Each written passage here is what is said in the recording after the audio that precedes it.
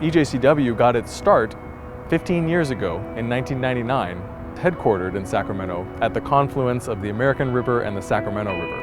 EJCW's larger vision is that all communities in California enjoy access to safe, clean, affordable water, bays, estuaries, and the ocean for personal use, for hygiene, for subsistence fishing, and for cultural and traditional uses.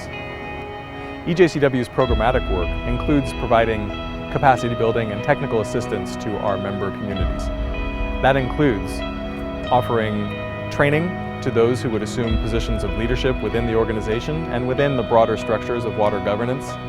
It includes providing technical assistance for those who would put forward their own community-based solutions, and it includes research and data. A history of water concerns has plagued a small town in the South Valley. California's agricultural core is contaminated cleaning up the drinking water in a problematic area. Systems that don't have access to safe drinking water and non-clean water problems with sand, nitrates, and other chemicals. With a compound that has been linked to cancer, and the problem is only going to get worse. We have found lead, arsenic, perchlorate. Everywhere that we go, we find something. There's high concentrations of nitrates and there's trichloropropane. People get sick, gastrointestinal problems, nervous system problems, problems with their skin. I noticed after the shower, bundles of hair would just fall off. We have to go out and buy water for cooking, for drinking. There's people that are spending 15–20% of their income on just water. I've got a small basket here. It's virtually impossible to find clean drinking water here. This is not a privilege. This is a humane thing. People should have good water. Water is a human right. El agua es un derecho humano. Water is a human right. About having a human right to water bill for all of California. We faced huge opposition from very powerful influences in California. I urge a no vote. I respectfully oppose this bill. I request a no vote. When you get communities to come together, there's a lot of power in that. Low-income communities and tribal communities. Giving up was not an option.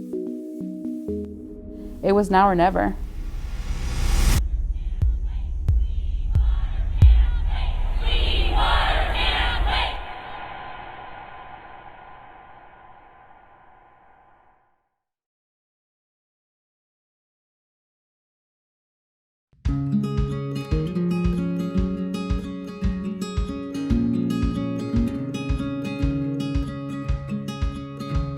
Originally, this property was tidal marsh. It was filled by prior landowners. About 120,000 yards of fill was placed on this property. One of the main goals of the project was to get that dirt out of the tidal areas and re-establish the original tidal wetlands. That dirt was then moved to create these uplands, which will also support the public access component.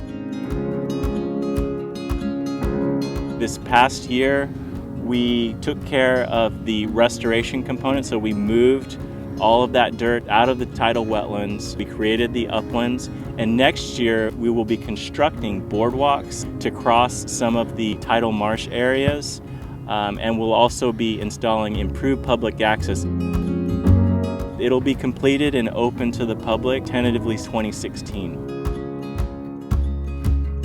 Before urbanization, these shoreline areas had a combination of seasonal wetlands and tidal wetlands and mudflats. Now, the birds love this habitat, but it's missing.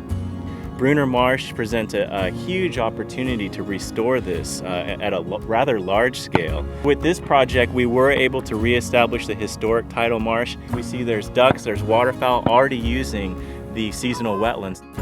When the thrust came from the community, that was what made a difference. EJCW provided resource support to address some of the issues around access and environmental justice as it related to low-income communities adjacent to the shoreline.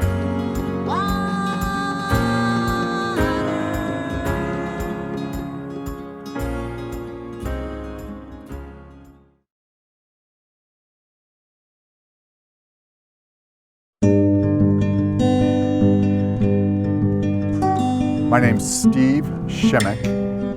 I'm Executive Director of the Otter Project. The Otter Project is a nonprofit organization. We actually started a program called Monterey Coast Keeper. The mission is to help the sea otter recover. Population is on the Endangered Species Act. There's about 3,000 of them is all in California. That's it. We're in the Salinas Valley, and we're in a region of the Salinas Valley called the Blanco. And the growers here actually consider this the most profitable agricultural land in the world. And this is also the land that also has the really high DDT concentrations in the soils. All the pollution from all this area that's incredibly productive is going into this ditch. And that water is really heavily polluted. Because the Otter Project wanted to try and get involved in agricultural pollution and reduce the amount of agricultural pollution, we got involved in the regulations that govern agriculture. And what we quickly realized is it just was too heavy of a lift for sea otters. That's when we formed an alliance with other groups, including EJCW and other environmental justice groups. We're standing in front of actually a water treatment plant. And it's a natural water treatment plant. This is an engineered wetland. And it's amazing because it takes the nitrates out of the water, and then it discharges clean water. And then it also takes pesticides and breaks those pesticides down. So it's really good, and it's a real solution. The sea otters are actually dying from nitrogen pollution because the nitrogen pollution gets into the water, causes algal blooms in both freshwater and the ocean, and those algal blooms can be toxic. If we can take polluted water and we can treat it and have clean water, that's going to benefit otters and that's going to benefit people.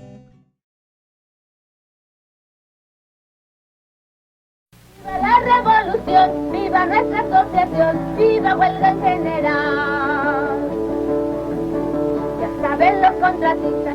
This is the story of Chicano working families and their struggle for low-cost housing, a struggle they waged alone against the big companies and the laws of the rich. My name is Horacio Amezquita. I'm the general manager for San Gerardo Co-op. San Gerardo was built by the farm workers and their families. Camp McCollum has been closed since 1966, and the Bracero program ended. The purpose of the co-op is to provide housing for farm workers, low-income families that don't have the means to buy a house. By 1990, the health department found out there was a contaminated well, the first one, and by 1993, they found the second well to be contaminated. And by 2001, the third well was contaminated. So they put us in bottled water for 5 years. Sometimes they give us 25 gallons per week, sometimes 15 gallons per week. It was never enough. All these valleys have been made by our own hands. And with our sweat, we've planted and harvested the food that is eaten in the cities and towns. The community doesn't have money to fix the drinking water, which the agriculture industry polluted. So we have to rely on grants. There are some communities that already have 26 years waiting. So we are lucky that San Gerardo got these grants. By encompassing all of this work, we are better able to serve the interests of our coalition and build the power of our collective to truly make change here in California.